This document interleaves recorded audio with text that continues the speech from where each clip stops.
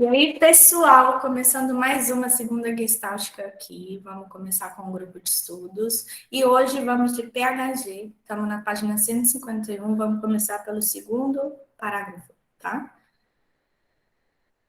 Quem quiser acompanhar aí, pode abrir o livro nessa página. Tá?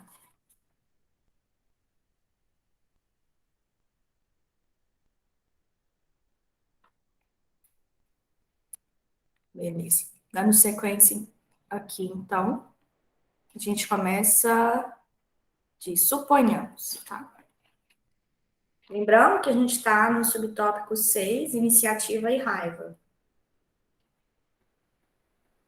Suponhamos, porém, que um apetite é forte e está a caminho de seu objetivo. Então encontra um obstáculo e é frustrado. A tensão se acende, e isso é a raiva intensa.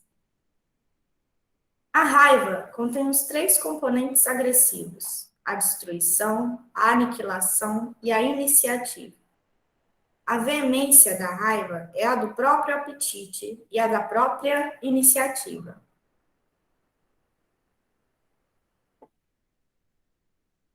De imediato, o obstáculo é considerado simplesmente como parte da forma existente a ser destruída e é atacado com um ardor prazeroso.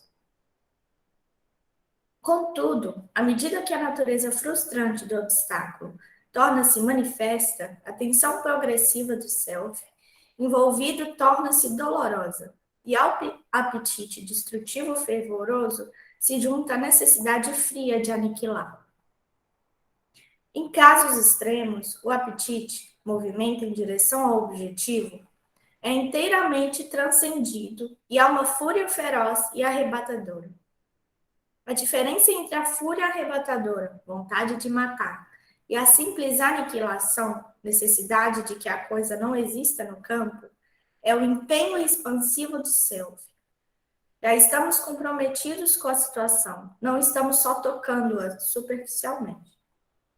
A vontade de matar não é simplesmente uma defesa, porque estamos empenhados e, portanto, não podemos simplesmente nos esquivar. Desse modo, alguém que leva um tapa na cara, falei que era na cara, mas nem é. Alguém que leva um tapa fica furioso. Em geral, a raiva é uma paixão simpática. Une as pessoas porque está mesclado ao desejo. Desse modo, o ódio é notoriamente ambivalente com o amor. Quando a transcendência do desejo em direção à raiva pura baseia-se na repressão do desejo, então o self está inteiramente empenhado no ataque hostil. E se a repressão se dissolver de modo repentino, por exemplo, ao se descobrir que somos mais fortes e estamos seguros, o desejo se cristaliza de repente em amor. Veremos que a fórmula habitual de que a frustração conduz à hostilidade é verdadeira, porém simples demais, uma vez que deixa de mencionar o apetite fervoroso na agressão raivosa. E torna-se difícil, portanto, entender por que a raiva, uma disposição raivosa, persiste quando a aniquilação do obstáculo foi efetivamente obtida pela morte ou pela distância. Por exemplo, os pais estão mortos, então, e ainda assim o filho ou a filha estão zangados com, ou ainda, porque na vingança e no ódio, a aniquilação do inimigo dá a satisfação. E sua não existência não é indiferente, mas nos nutrimos dela, não somente aniquilado, mas destruído e assimilado.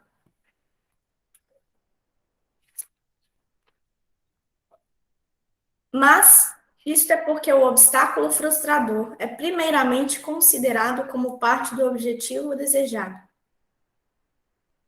O filho está zangado com os pais mortos, porque ainda fazem parte da necessidade inacabada. Não basta que ele entenda que, como obstáculos, eles estão fora do caminho. E a vítima da vingança e do ódio faz parte de nós mesmos. É amada sem nos apercebermos. Por outro lado, é a mescla de aniquilação no interior da raiva que desperta tal culpa intensa com relação a objetos amados difíceis. Porque não podemos nos dar ao luxo de aniquilar, de transformar em nada o que precisamos, mesmo quando nos frustra. É assim que a raiva persistente, que une o apetite e a aniquilação, leva à inibição completa do apetite e é uma causa comum de impotência, inversão e etc. Na raiva ruborizada, a awareness está algo confusa. Na fúria arrebatadora, ela é muitas vezes bastante intensa, quando, refreando todo o apetite corporal, ainda assim se nutre da vividez das imagens que pertencem ao apetite postergado. No momento em que o self confronta seu objeto para aniquilar. No rancor arroxeado ou congestionado, o self está explodindo com seus impulsos frustrados e está realmente confuso.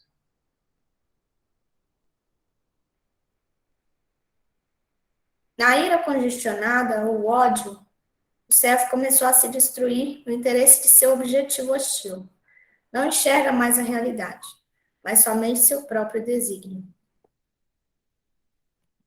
Pensando nisso aqui, eu me lembrei do livro Gestalt Terapia Explicada, que a gente também já trabalhou, quando o Peus vem traz a situação de que muitas vezes, quando a gente tem raiva de alguém, existe uma situação inacabada, no sentido de que existia uma demanda que você estava direcionando para aquela pessoa. Então, para além da raiva que estava acumulada, existia um ressentimento, né? Algo, uma mágoa, algo que ainda te vinculava àquela pessoa ali. Gente, se alguém quiser falar aqui agora, pode falar. Eu estou só olhando aqui, parece que Lúcia não está conseguindo acessar. Então, se alguém, por exemplo, finalizamos iniciativa e raiva, né? Se alguém quiser comentar ao final desse subtópico, enquanto eu só olho aqui o que aconteceu.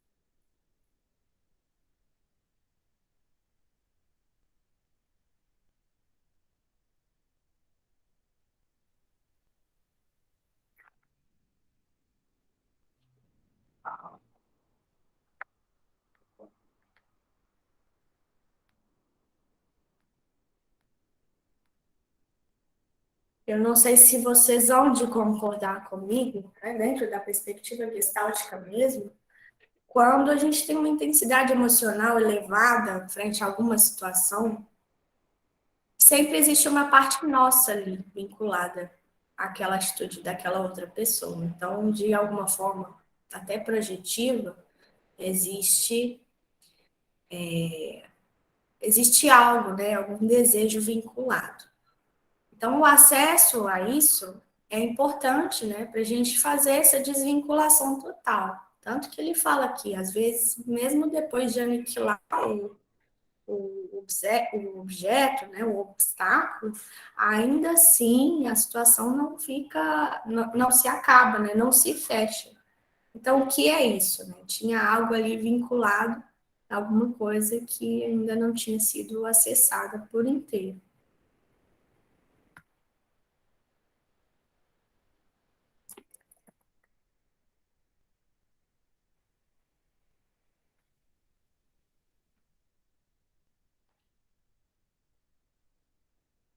Estou aqui tentando entender porque ela especificamente não consegue entrar, né? Porque todo mundo entrou pelo link, não foi?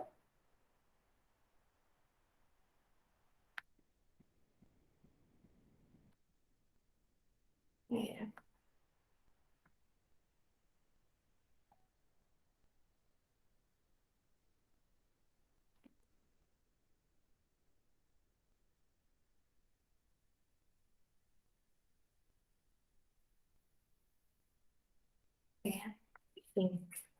Vou dar sequência aqui, qualquer coisa, se ela mandar mensagem de novo, a gente vê o que pode ser feito. Mas é basicamente isso, sabe, que me trouxe, assim, em relação à raiva, principalmente. Meu supervisor do Instituto Mineiro de Gestalt, geralmente, ele faz uma vinculação da raiva em si com uma falta de responsabilização, sabe? De autorresponsabilização. Então, você não olha a sua parte naquilo que você tem raiva, que está aparecendo no outro. E aí você joga toda aquela culpa, entre aspas, para cima daquela pessoa. Então, você projeta naquela pessoa ali algo que está vinculado a você também. Então, algo que a gente poderia acessar era qual a minha responsabilidade nessa situação que eu me vejo com raiva, né? O que eu não estou enxergando? Eu acho que é algo importante para a gente pensar.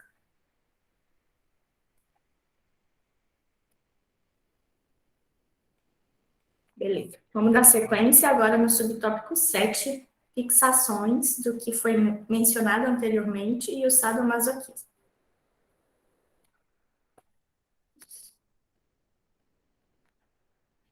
Ela mandou um e-mail aqui, gente, só um minutinho.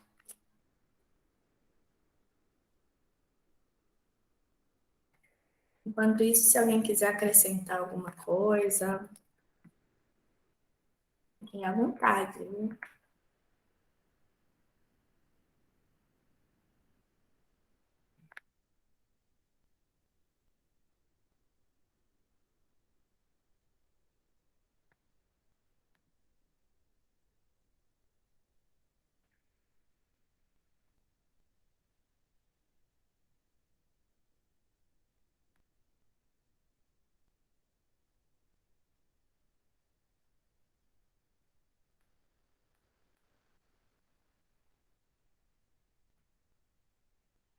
Aqui.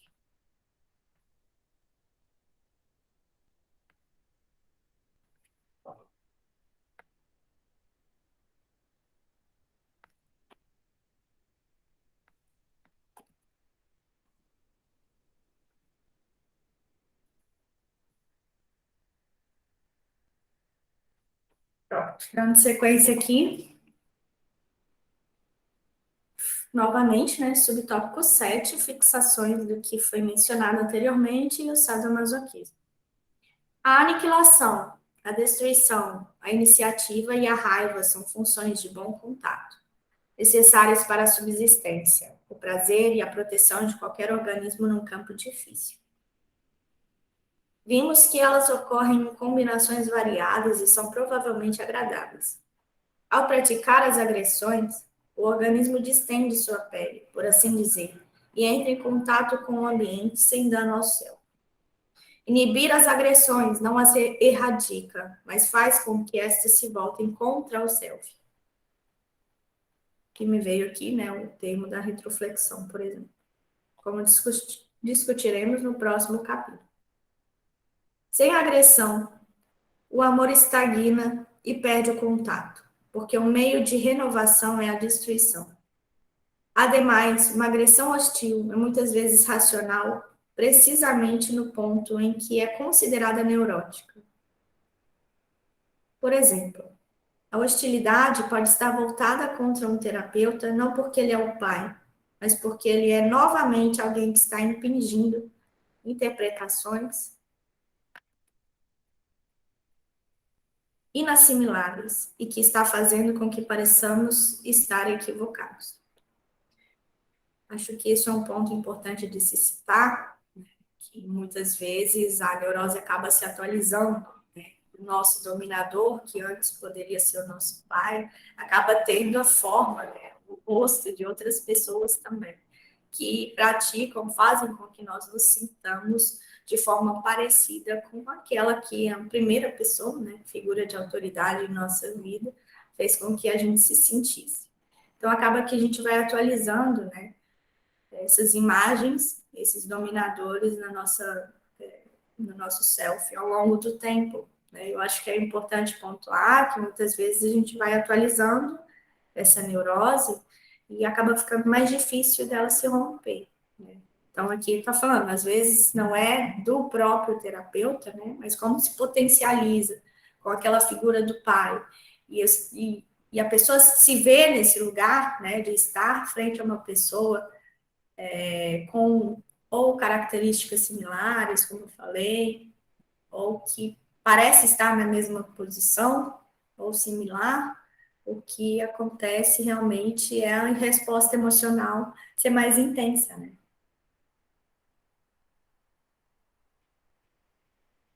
Entretanto, fixações dessas funções, ódio, vingança e assassinato premeditado, ambição e a caça compulsiva ao amor, combatividade habitual, não são tão agradáveis.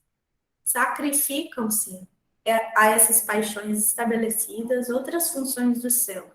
Elas são autodestrutivas. Detestar uma coisa implica em comprometer a energia com o que é, por definição, doloroso ou frustrante, e geralmente de reduzir o contato com as situações concretas em mudança.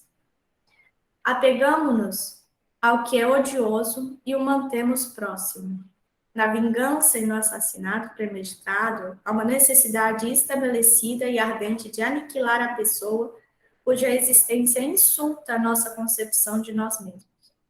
Mas se essa concepção for analisada, descobrir-se-á que o drama é interno. Olha só, que interessante, a gente falou de projeção agora.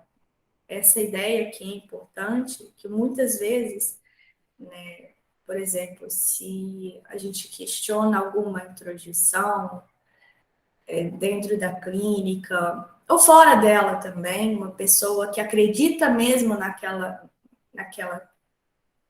concepção de si, e ela responde de forma aflorada, geralmente a raiva dela não é simples e puramente por você ter questionado, mas por ela não obter uma resposta para si própria também.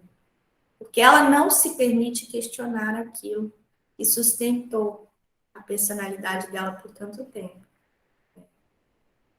Uma das falas, até no PHG mesmo, a gente tem, é que quanto mais personalidade a pessoa tem, mais fixada ela está. Né? E numa situação ideal, seria mais saudável para o ser humano que ele tivesse menos personalidade. O que vai de encontro, né?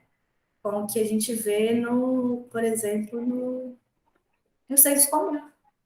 Então, quanto mais personalidade, mais cristalização, mais fixação e mais dificuldade de estar fluido, de ser flexível, de olhar para as situações de uma outra forma. Né? Lara, isso aí foi uma das coisas que me ajudou muito quando eu estudei antes de entrar na clínica, a personalidade dominante, né? Quando a pessoa tem uma dominante muito clara, aquilo eu nasci assim, eu cresci assim. E quanto mais saudável ela é, mais difícil é da gente identificar, porque ela vai fluindo conforme as situações pedem. Não que ela veste uma máscara onde a situação pede que ela seja daquele jeito. Ah, então eu vou mudar para me adaptar. Não, aí seria neurose também. Mas como é mais saudável quando ela flui conforme a situação e não conforme, como diz Enio, é muito melhor que a pessoa age conforme a situação do que conforme as suas habilidades. Por exemplo, eu tenho pacientes de 65, 70 anos e uma de 19. Eu não posso usar minhas habilidades de sexo, de casal, para fazer as intervenções da mesma forma. Então, assim, não sei se eu saí muito da linha, mas assim, da gente usar nossas habilidades conforme as situações, conforme o modelo de mundo da pessoa. E quanto mais cristalizada é essa pessoa, mais a gente percebe, né, que é difícil de entrar com intervenções e tal. E quanto mais fluida ela é, mais saudável ela é. Por isso que eles falam que a gente tem o dominante, né, mas a gente tem outras. Eu mesma já me identifiquei no ciclo do contato, quais que são as duas, assim, mais que eu tenho dominância, mas eu me dou conta, tenho minhas alergias, eu sei onde elas podem me impedir, onde elas me ajudam, mas as outras também a gente vai percebendo, né? E isso que você falou é muito importante. Eu nunca tinha associado com personalidade fora, eu tenho personalidade assim, é justamente a cristalização que talvez me impede de fluir e às vezes até me afasta das pessoas. Eu não vou convidar a Lara, porque eu já sei que Lara vai falar isso, e vai ter uma pessoa que não gosta disso, então, pronto, eu já sei como ela funciona, e, enfim, eu gosto de dar umas pensadas, assim, nas situações, justamente para ver esse modo da gente cristalizado e adoecido de ser, né? Total, Marta. Eu acho que tem tudo a ver, não fugiu, não. Eu acho que só agrega a gente pensar dessa forma. Assim. Uma das coisas que eu acho que é importante situar, principalmente nesse lugar assim, de fixação de personalidade, é, por exemplo, o gênero, né? A sexualidade em si. Como que muitas vezes a gente tem uma cis heteronormatividade que a gente acaba vinculando pessoas que não estão dentro, que não são, que são incidentes, né, que fogem da norma, como pessoas anormais, literalmente, né? Pessoas não, por exemplo, objetificando, né? Tipo, nossa, eu quero atender uma pessoa trans, eu quero ver como é a sensação, só que, ué, é uma pessoa como qualquer outra, né? Só que acaba que quando a gente está nesse binarismo muito vinculado, né, a esse lugar, a gente acaba esquecendo que, claro, a gente vai ver que tem especificidades em todas as pessoas, né? E como a colonialidade, como as questões atravessam a todos de alguma forma. Mas acaba que quando a gente se conecta com isso de fora, quando a gente tenta entender mais, acaba que pode ser que a gente vá para um outro local, sabe?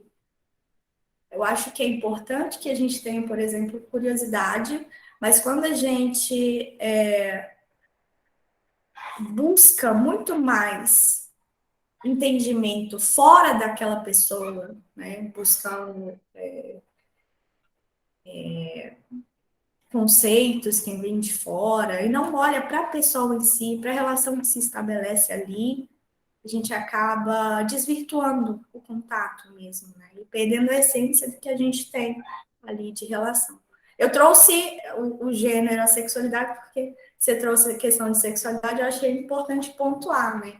Como que até isso a gente acaba, a gente tem que tomar muito cuidado. Quando é algo de diferente, né? Quando é algo que não está dentro do nosso campo, normalmente, a gente não acabar colocando ali como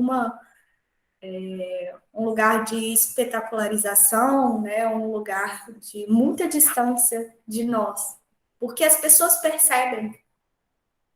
E uma pessoa, né, de dentro da comunidade LGBTQIA+, que a gente for se relacionar, que a gente entrar em terapia com ela, por mais que não seja a nossa intenção, pode ser que elas percebam esse lugar que a gente pode acabar se colocando. Mas só uma pontuação, né? Novamente aí sobre isso. Diga, Mari.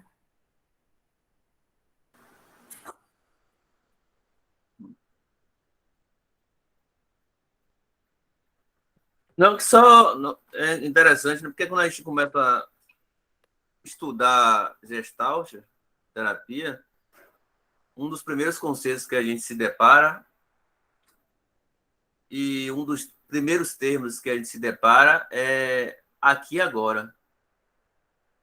E aí, quando a gente vai para essas questões aqui do caráter, formação de personalidade, índole, e aí a gente pensa, não, mas o conceito de aqui e agora fala justamente sobre isso, né? Aqui e agora, quer dizer, você responder à situação e ao contexto, você estando presentificado. Então, diante disso, você não pode responder a uma situação com base nas experiências passadas, como fundamento representativo. Mas o encontro, e tem outro conceito, né, que o encontro é sempre uma descoberta. Então, se se colocar para situações como um encontro, sendo sempre uma oportunidade de descoberta, aí sim você está aprendendo. Porque quando você entra em contato com uma pessoa, entra em contato com um objeto, entra em contato com o ambiente, entra em contato com a natureza, a partir de prerrogativas a priorísticas, então você tem, de certa forma, você está se baseando numa irrealidade, numa representação, num simulacro de realidade.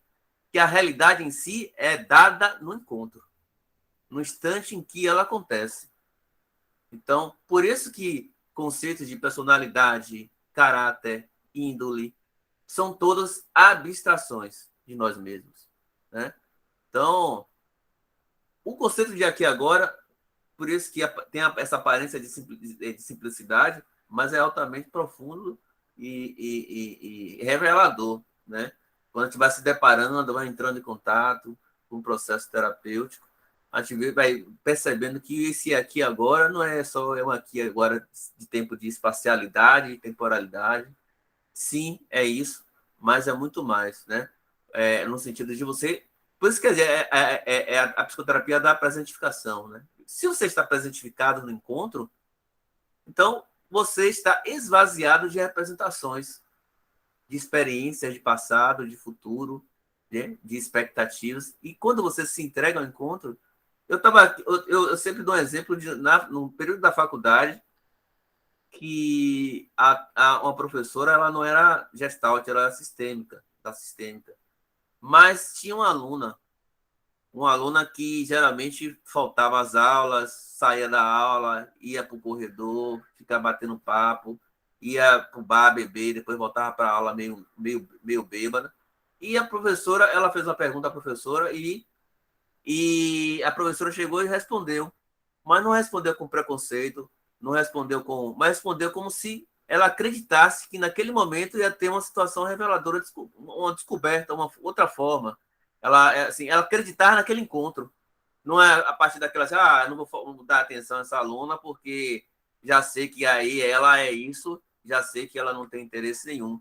Mas em todos os encontros que ela tinha com essa aluna, era sempre de entrega total, independente daquelas premissas de que ela era, de que ela acreditava no comportamento dos anteriores, com base nessas prerrogativas, né? Mas sempre acreditando no encontro, no ato daquele encontro ali, como algo, uma descoberta, como a oportunidade de repente, ver algo novo, né? Não com essa questão de, isso aí eu não vou dar mais aula, porque muitas vezes, quando a gente se relaciona dessa forma, a gente abandona algumas situações, né? Ou, de repente, faz, inclusive, elaborações de hipóteses diagnósticas a respeito daquela... Por isso que a questão da hipótese diagnóstica é sempre um contínuo, né? Uma sempre reconstrução. Por isso que na gestalterapia tem esse cuidado de a gente não traçar uma estereotipia, uma rotulação daquilo, porque é sempre acreditar no processo do encontro como um ato de transformação, de mudança, de descoberta, né? Da pessoa, de atualização, que você, inclusive, trouxe a questão da atualização neurótica. A gente se atualiza sempre, do ponto tanto saudável, de forma saudável ou neurótica. Então, a atualização através da compulsão e repetição, ou atualização do encontro, do ato de descobertas. Então, a gente está sempre se atualizando. Mas essa escolha, a gente decidir como vai se atualizar, aí é que está. Né? Perel sempre fala, e Carl Rogers, né? E Carl Rogers mais ainda, que fala que o ser humano tem uma tendência natural ao crescimento, né? ao desenvolvimento. Então, mas olha só quando ele sabota essa situação, sabe? A partir daquela condição que é não biológica, né? Que é a partir dessas representações ideológicas, essas representações religiosas, os impedimentos e inibições morais, que acaba a gente entrando em contato deixando a gente entrar em contato com o que realmente a gente é. Em outras palavras, nós vivemos de forma cotidiana numa realidade, né? Porque a normatização social convida a gente a participar de uma irrealidade. temporal e espacial diária. No sentido de a gente sempre estar diariamente se inibindo enquanto pessoa e sendo, certa forma, dominado, né, ou submetido a uma representação de realidade que é dominante. Então, por isso que ele fala sobre a questão lá anteriormente, quando a gente começou a ler, ele fala sobre o antissocial e o social. Então, assim, você ser quem você é, mas será sempre antissocial, porque sempre vai entrar em conflito com o que é social. E o que é social é normalizador, né? Normalizador e normatizador. Né? Então, você dá vazão à sua agressão e abrir mão, quando ele fala do selfie lá, aproveitando aqui a fala, sobre a questão do selfie, como ele fala do ir de encontro ao selfie, né? Agredir o próprio selfie, é justamente esse processo de autodestruição, que dá vazão justamente às questões das desconstituições de contato, tanto a retroflexão, deflexão, proflexão, projeção. Então, são geradoras de mecanismos de descontinuações de contatos, que você acaba se inibindo enquanto pessoa, e desviando da sua vitalidade. Né? E aí você tem uma regulação desvitalizante na fala, por exemplo, de Laura Perros, né? Perros, que ela fala justamente que essa é uma regulação desvitalizante, não é uma regulação vitalizante. A regulação vitalizante é a autorregulação organísmica, e a autorregulação desvitalizante é a autorregulação deiverística, porque está subjugada a questões culturais, morais, que geram esses processos de impedimentos de acesso aos processos de trocas, né? De realidades mesmo, né?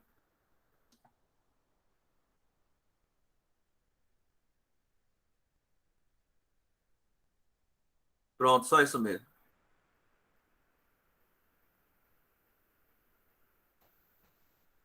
Boa, Mário. E como a gente tem que ficar atento, né? Porque dentro da sociedade que a gente vive, tantos dogmatismos, né? Tantos deverias que estão aí intrincados na nossa sociedade, na nossa forma de existir, como que um conceito que talvez aqui no livro não tenha sido dito ainda, talvez tenha, a transgressão em alguns momentos é importantíssima, né? Da gente conseguir transcender a essa norma e formar vida, né? Diante dela, diante desse enrijecimento do mundo, das normas, das diretrizes que são estipuladas, né? Como que é importante essa fluidez no sentido de muitas vezes transgredir. Então, assim, a agressão, como a gente sabe, é importantíssima para que esse processo aconteça. E muitas vezes as normas estão tão intrincadas, são tão atravessadas, que a gente precisa utilizar disso, né? Dessa transgressão, e formar a vida ali mesmo, a partir de algo diferente, né? A partir de algo que ainda está sendo construído, né? E é isso. Só para pontuar.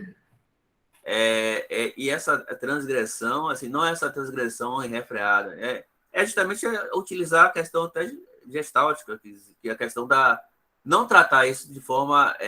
A grande questão é essa, né? Tratar essa questão entre transgressão e adequação. Não do ponto de vista dicotômico, em que mais do ponto de vista de polaridades, em que elas possam, como a gente vive, a relação é organismo e ambiente, então a gente possa encontrar nessa transgressão nosso processo de assentamento nesse processo, dentro dessa norma, mas com o nosso toque pessoal, né? Ter uma transgressão e que essa transgressão ela possa se assentar nessa sociedade. Porque tem um livro lá de Testemunho Ocular, que ele fala justamente sobre o transgressor e aquela pessoa que sempre segue as normas. Que você ser transgressor por ser transgressor, você é o chamado delinquente, o ladrão, aquele que assalta, aquele que não obedece regras, aquele que segue aos seus impulsos pessoais e faz o que quer. E tem a questão a pessoa aquele que crê, mas ressalta, que é aquele que está sempre tem uma compulsão em ser normal, né? Eu quero ser igual ao outro, eu quero pertencer ao grupo. Você sempre tem essa compulsão em ser igual, em ser normal, em se adequar a essa normatividade. E de outro lado, de forma dicotômica, tem o transgressor, que é justamente ele faz na figura por exemplo, de um delinquente. Ele usa aquele transgressor que age, quer dizer, ele é maior do que a sociedade. Em outras palavras, de forma mais resumida, ele é maior do que a sociedade e não leva em consideração a sociedade. E a pessoa que vive a pessoa que vive inibida, a sociedade é sempre maior que ela. Então, assim, aí ele tem essas duas possibilidades dicotômicas. E aí o que ele fala é justamente se promover essa integração dessas polaridades entre não abrir mão de quem você é e, sendo quem você é, você se adequar ao que é posto, né? Se situar no mundo que você está, do ponto de vista cultural, social, do seu tempo histórico, mas se situar a partir do que você é, né? E aí é que está muitas vezes o ponto de impasse na gestalterapia, lá do livro que a gente fala, o ponto de impasse muitas vezes essa questão entre ser você quem é e ser aquilo que a gente fala que a gente tem que ser. E aí, por isso que esse é um ponto de impasse, né? O ponto de impasse é muita gente, essa questão. Tranquilo? Vamos lá. Né? Acho que é importante a gente pensar nisso. Aqui. Os extremos em si são um sinal de alerta, né? Quando a gente permeia os extremos, o sinalzinho fica ligado ali, sempre no alerta, tentando identificar o que é que está acontecendo, né? Porque eles podem ser nocivos, tanto para mais quanto para menos, né? Tanto para uma polaridade ou para outra.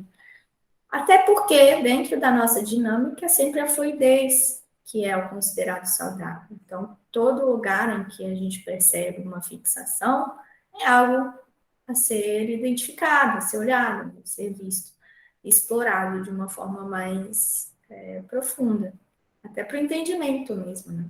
Uma pessoa que se considera transgressora, delinquente, a que ela age, a serviço de que ela age. Ou, do contrário, uma pessoa que se adequa a todas as normas e se mistura com essa sociedade.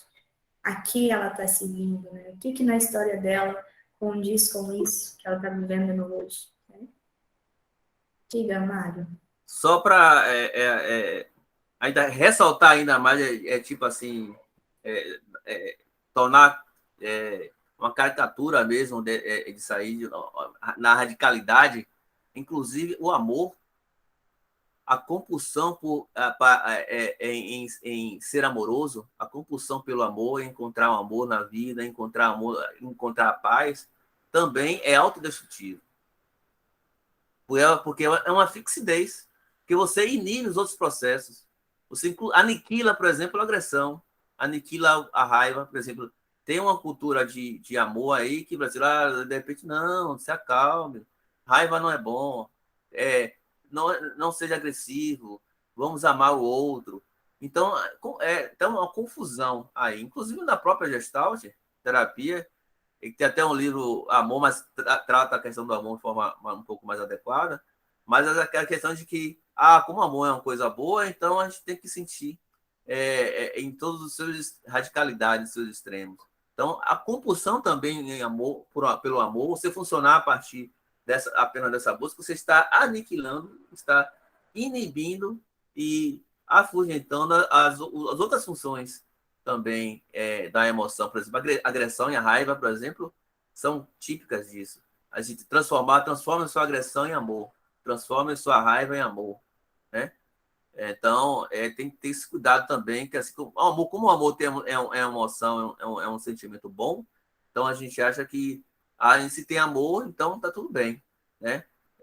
Ok, mas essa compulsão pelo amor também é autodestrutivo.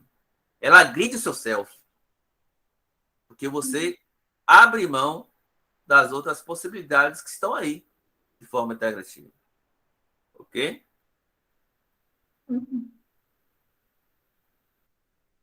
Acaba que as pessoas pensam, né? Não, que o amor é importante a gente buscar e tudo mais, né? Como se não existisse o viés do extremo, né? Do nocivo, principalmente nessa busca. E muitas vezes, quando é algo bom, por exemplo, tomar água, um termo mais básico, mais fisiológico. Se a gente toma muita água, a gente vai sobrecarregar nossos rins, nossos órgãos. Então, assim, tem uma quantidade adequada que seu corpo consegue suportar sem se sobrecarregar. E se você toma muita água, por mais que as pessoas considerem isso saudável, isso vai ser nocivo para você. Então, é importante a gente ter isso em mente, né? Dos dois polos, da importância de não sobrecarregar e não se fixar em nenhum deles, né? E é isso. Terminando pelo menos esse. Deixa eu ver que horas são. Uns 4 minutos. Esse parágrafo aqui, na 153, a gente parou nele. Desse modo, a indignação honrada geralmente é direcionada contra o nosso próprio ímpeto. O assassino frio, por sua vez, está tentando sistematicamente aniquilar seu ambiente, o que equivale a cometer suicídio. Não ligo para eles, significa não ligo para mim mesmo. E isso é uma identificação com a opinião terrível de que não ligamos para você. O homem briguento nos dá a impressão de um homem com apetite que inicia uma aproximação e de repente se frustra, porque se sente inadequado, reprovado ou coisa que o valha. Sua raiva se inflama contra o frustrador e ele projeta o obstáculo em qualquer objeto plausível ou implausível. Tal homem claramente quer apanhar. Nossa, estava falando sobre isso, né? Como que a projeção ela implica aqui nesse tipo de relação. Como eu não me dou bem comigo mesmo, eu sei, olha só como as coisas estão implicadas. Eu considero que ninguém liga para mim, ao mesmo tempo eu não ligo para mim, e a imagem que eu passo, eu não ligo para vocês. E como isso tudo tá misturado e atravessado nessa pessoa, né? Como que é importante a gente também identificar o sentido daquilo que a pessoa está passando também. Eu acho que, assim, até para ampliar nossa consciência em relação a tudo, né? Dentro disso aqui, falou do assassino frio, né? Mas a gente pode colocar cada um de nós, né, nisso aqui também. Como que isso pode acontecer com qualquer um. Tipo, ai, não me importo com fulano, tal. Mas claramente isso pode significar ali que talvez aquela mensagem que eu direcionei para fulano esteja falando sobre mim e não sobre fulano. É importante a gente identificar isso também. Em geral, levaremos isso em consideração com mais detalhes no próximo capítulo. Quando o apetite é reprimido, mantido habitualmente inconsciente, o self está exercendo uma hostilidade fixada contra si próprio. Gente, uma coisa que eu lembrei aqui, que eu acho que é importante citar, a gente está falando sobre isso, né? Por exemplo, do assassino, mas algo que fica muito claro, eu estava estudando os gêneros recentemente, como que não é à toa que, por exemplo, pessoas transexuais são violentadas, são assassinadas de formas brutais. Como que as coisas acontecem, a gente vê os crimes que ocorrem, né? Uma pessoa é morta a tijoladas, né? Ou vários tiros em uma pessoa a sangue frio. O que é isso que está sendo exposto ali? Não é sobre a pessoa, percebe? A pessoa que morreu em si. Então, quando a gente não se depara com essas pequenas coisas, que não são pequenas, na verdade, com os detalhes, com como essa projeção está acontecendo, né? Com como aquele corpo me afeta, aquela corporalidade está me afetando, quais são as inibições minhas e eu não deixo aflorar, como que a gente pode ser perverso, né, com o outro? Gente, isso é tão importante. Até para nossa clínica, né? Alguém abriu o olho. Marta, fala. Tem que mexer a mãozinha, né? Quando você falou dessa inibição, me veio na cabeça o livro da Cardella, O Amor na Relação Terapêutica. O quanto um homem, uma mulher, ambos negam. Por exemplo, um homem, quando ele tem que colocar que ele nega que ele é sensível, que ele nega que ele não tem intuição, que ele nega que ele tem isso e aquilo, quanto mais ele não consegue ter relacionamentos profundos, seja com uma mulher, com uma amizade, é o tipo de, com mulher eu só como, mas eu não leio mulher, eu não estudo mulher, eu não tenho amigos mulheres e tal. É uma negação desse feminino que eles têm. Então, assim, eu tenho casos, por exemplo, de homens que a mulher vai trabalhar, eles ficam maravilhosamente bem cuidando do filho, tem uma sensibilidade e tal. Por quê? Porque mulheres têm aspectos masculinos, de poder, de controle, e quando não são assumidos, também eles desandam alguma coisa. Esse livro da Carla fala claramente isso daí. Eu já li, acho, umas 3 vezes aquele capítulo.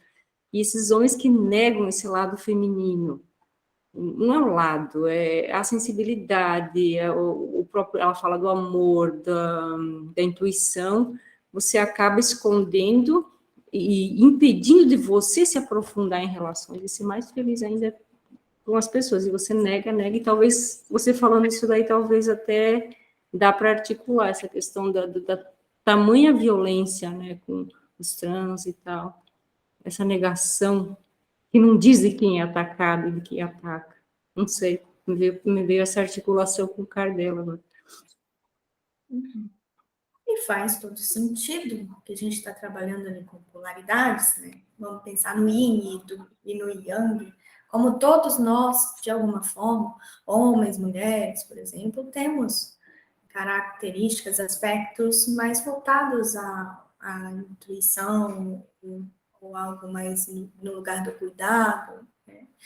E, porventura, né, dentro da sociedade que a gente vive, foi considerado que umas são características femininas e outras masculinas, mas são partes de um mesmo todo, né? E como que elas foram vilanizadas, né, dentro da sociedade. Não é à toa a misoginia, não é à toa o machismo, né? E dentro de aspectos trans, por exemplo, a gente vê como que isso está vinculado, né?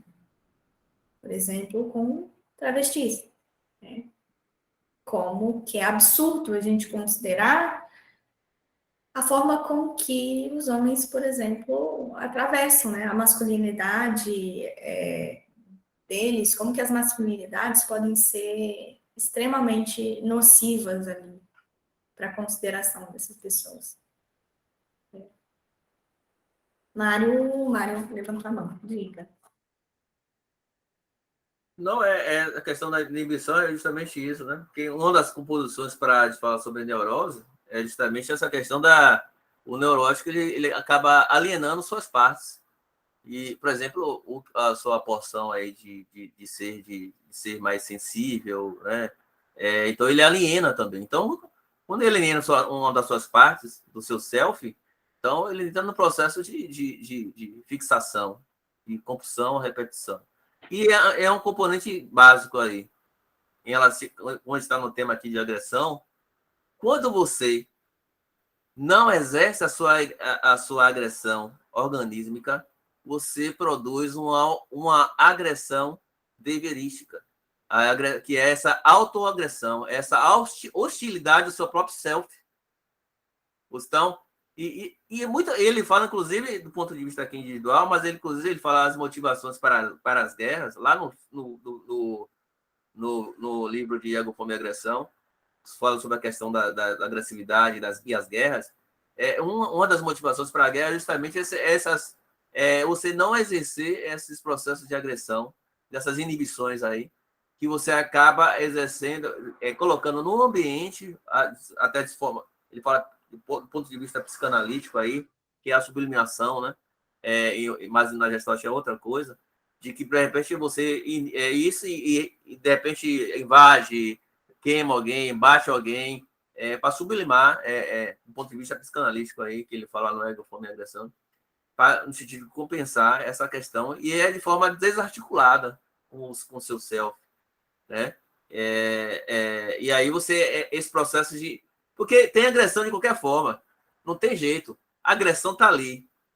Ou você exerce ela, e do ponto de vista biológico e organístico, ou você vai exercer ela do ponto de vista condicionado, inibitório. Então, ela vai estar ali sempre, você vai estar exercendo agressão de qualquer forma, ou de autoagressão, através de um comportamento retroflexivo, ou através do ponto de vista projetivo, mas você vai...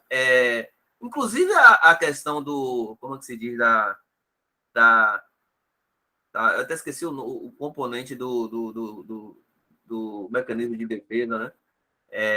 Que é o básico, né? De engolir, como é? O que você engole tudo, para ele, imagine. Introjeição.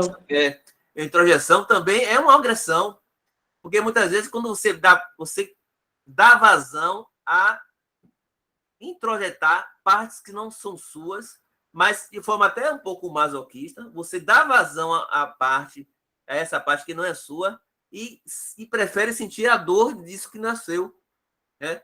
E ocupar um lugar no seu espaço, né? Que, de certa forma, é imposto e que você entende aquilo como necessário, mas quando, na verdade, não é necessário, né? Então, você vê que essas complicações que existem. Então, a agressão não é só do ponto de vista da retroflexão, mas é de todos os processos de descontinuação de contato.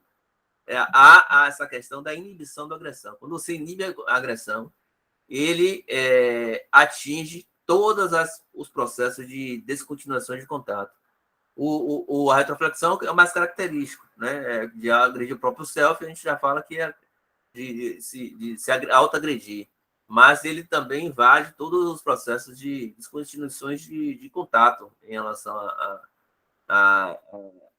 a esse posicionamento da gente como ser. A gente prefere não ser do que ser, né? É um abandono do ser. A inibição da agressão é a inibição do ser. E a gente prefere não ser, né? Então, quanto mais a gente não é, mais neuróticos somos, né? Então, e quanto mais somos, menos neuróticos somos, né? Então, a gente prefere abandonar o próprio ser, né? A composição, a gente não constrói, né? A gente não coloca em curso o nosso projeto existencial. Então, a gente se abandona em detrimento. Porque, agora, como você falou assim, para que isso? Né? Como é que a gente faz toda essa operação energética? Para que função? Né? Para que objetivo nos colocamos dessa forma? Abrimos mão de nós mesmos, para quê? Né? E muitas vezes no processo terapêutico, inclusive, que a gente vai identificar como isso funciona. E aqui, a serviço de quê? E muitas vezes é isso. Você fazer a awareness do processo terapêutico é fazer com que o cliente entre em contato com esse como e esse para quê. Para que ele mesmo exerça, inclusive do ponto de vista sensorial. Quando a pessoa exerce uma raiva, você identificar na pessoa que músculos estão mobilizados no processo quando você está com raiva. Como é que está a sua fisionomia, a sua mandíbula, seus dentes. Em que tipo você começa, você aperta, geralmente está com a você aperta a mão, constrange os músculos da mão, né? Então, até a questão da composição, né, sensorial e da sua questão corporal é importante para ele ter uma awareness da raiva, por exemplo, de como aquela raiva exerce nele, como ele ocupa, que espaço ocupa nele, né? Então, quando você começa a identificar isso e se dar conta desses processos aí, você também consegue dar vazão e sentido para que e como isso ocorre, né? E fazer justamente dar vazão a essa fluidez. Aqui a Marta até falou essa questão do homem, a mulher que... Eu estava conversando outra vez com uma colega e ela estava falando o seguinte, ela estava contando um caso do pessoal de que da questão do filho, que ela não queria ter filho, tal, e aí ela também ela tinha a questão de não queria se masculinizar, porque ela está entrando em faculdade, está começando a dar aula, então ela estava com receio de exercer tipo assim um perfil masculino para de repente ocupar posições de poder. E aí ela estava em sofrimento em perder a sua feminilidade. Mas ela também ela disse que não sabia ocupar esses espaços sem usar essas prerrogativas masculinas do uso dos espaços de poder. Que ela, na caixinha de ferramentas dela, ela só tinha como instrumento de ação a questão da masculinização, né? Enquanto mulher. E aí ela estava em conflito, porque ela estava se posicionando dessa forma, mas não queria, mas não sabia ocupar esses espaços de poder de outra forma, né? Então você vê que como é essas situações, né? Como a gente se coloca e não consegue sair disso. Não, eu sei que é errado, mas eu não consigo ser de outra forma. Eu só consigo entender que eu posso utilizar esse espaço de poder usando essas prerrogativas, né? Eu não consigo me colocar como eu gostaria, ou com outra faceta de pessoa, de mulher, né? Mas usando esse espaço do masculino, né? Como uma parte, com uma composição parcial que eu sou, mas é o que é necessário para eu me estabelecer como pessoa, né? Então você vê os conflitos e contradições, né? Desses posicionamentos aí. E acaba que ela vinculou também, né? Isso ao lugar do homem, né? Ah, mas quem coloca limites, quem estabelece ordens, né? Quem se coloca dessa forma são homens, e eu não quero me masculinizar. Quanto que é importante a gente entender o que é isso para ela, né? Como que ela construiu o conceito de homem e de mulher, para a gente também olhar para isso, para ela ampliar a consciência de que existe a possibilidade de uma mulher exercer esse papel sem se masculinizar, sem se tornar um homem. Né? Talvez no campo dela, né, ao longo da trajetória dela, de vida, das pessoas, das relações que ela estabeleceu, ela só via mulheres em posição de submissão, né, em uma posição inferior, e ela não consegue conceber a possibilidade. Né? E abrir essa possibilidade, né, de que é possível uma mulher exercer sem se tornar uma outra coisa, né? Seja lá o que for para ela essa outra coisa, é importante. Então, sempre no sentido de tentar entender o que ela acha que vai acontecer, quais são as expectativas catastróficas que ela tem, por exemplo, em estabelecer, né, relações a partir desse viés, né, de uma polaridade mais masculina, de aspectos masculinos, de liderança ou de estabelecimento de limites. O que ela acha que vai perder com isso? Isso é importante também, porque às vezes, ao longo da trajetória, o que ela considerou foi que, por exemplo, para a mulher se relacionar com alguém, ela precisa estabelecer essa relação de submissão, né, de estar numa posição de acatar ordens. E enquanto essa neurose ainda está fixada, enquanto ela não olha para isso, ela vai continuar se afastando desses lugares de poder, né? Então, olha só como que é complexo num negócio que parece simples, né? Tipo, eu poderia virar, né, para uma pessoa e dizer, não, mas isso qualquer mulher pode ser, não sei o que, não sei o que, desconsiderando a história dela. Mas dentro da terapia não é isso que acontece, né? A gente vai tentando entender como que isso aconteceu, como que ela vinculou as coisas dessa forma, né? E eu acho que isso é extremamente importante para a nossa prática clínica, a gente considerar esses aspectos, né? de concepção de si, né? E de construção de personalidade também. O que é que está envolvido, né? Qual que é o fundo que tem aí nessa figura que está aparecendo. E, para finalizar, só que eu lembrei que o Mário falou sobre isso, né? Sadismo, e ao finalzinho desse capítulo que eu comecei, desse parágrafo que eu comecei, fala um pouquinho sobre isso, né? Masoquismo, sadismo, só para a gente fechar, e aí a gente retoma esse último parágrafo na próxima. Então, seguindo aqui, ele fala assim: na medida em que essa agressão é mantida internamente, há um masoquismo bem comportado. À medida que encontra alguma imagem ambiental de si própria, há um sadismo fixado. O prazer no sadismo é o incremento do apetite liberado pelo afrouxamento do self. Golpear, apunhalar, etc. É a forma pela qual o sádico entra desejosamente em contato com o objeto. O objeto é amado, porque é semelhante ao nosso próprio self dominado.